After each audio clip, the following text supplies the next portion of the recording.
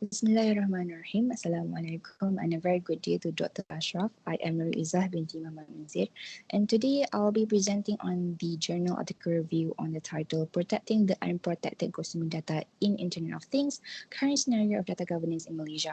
Without further ado, I'll be presenting on the first slide first, the overview of this article. So this article basically talks about the increasing growth number of Internet of Things devices in Malaysia and which they can pose many risks that may affect consumer data protection in Malaysia.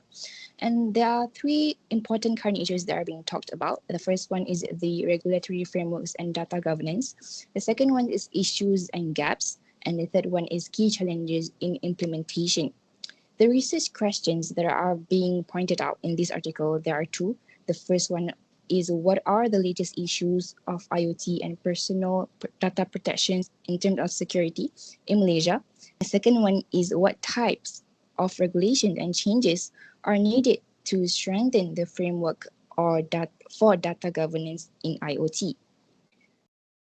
Next, I'll be presenting on the methodology of this article. The authors used three methods, which is can be considered as mixed methods. The first one is qualitative survey, which consists of 255 respondents. And the second one is quantitative survey, which is a semi-structured in-person interviews that were performed with 11 expert stakeholders. And the third one, last but not least, literature review, which the authors analyzed existing regulatory frameworks like Malaysia's PDPA 2010 and the EU GDPR. Next, I will be presenting on the key findings and implications for the survey first.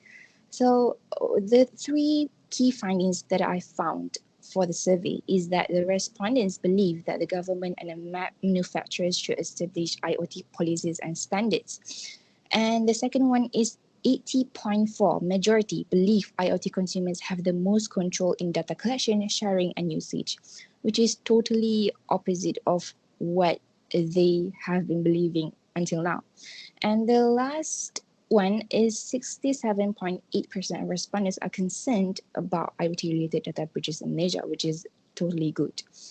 And the implication of these key findings are there is a need of consumer education based on what authors have wrote in this article, so that there are effective reporting mechanisms for IoT security issues. Okay, next I will be presenting on the key findings and implications for the interviews. So there are three important key findings too. The first one is the importance of cooperation and sharing within stakeholders. And the second one is issues identified in the interview itself is like weak regulatory framework, cybersecurity talent gaps, and also poor interagency security coordination. The last one is regulatory limitations, which including current PDPA is limited to commercial transactions only, which means PDPA does not mandate breach notifications and cover government data. For the implication, the authors have been pointed out the solutions for these key findings, which is the first one is collaborative governance. The second one is policy evolutions such as privacy by design and privacy accountability. And the third one is empowering NACSA to strengthen the policies and strategies.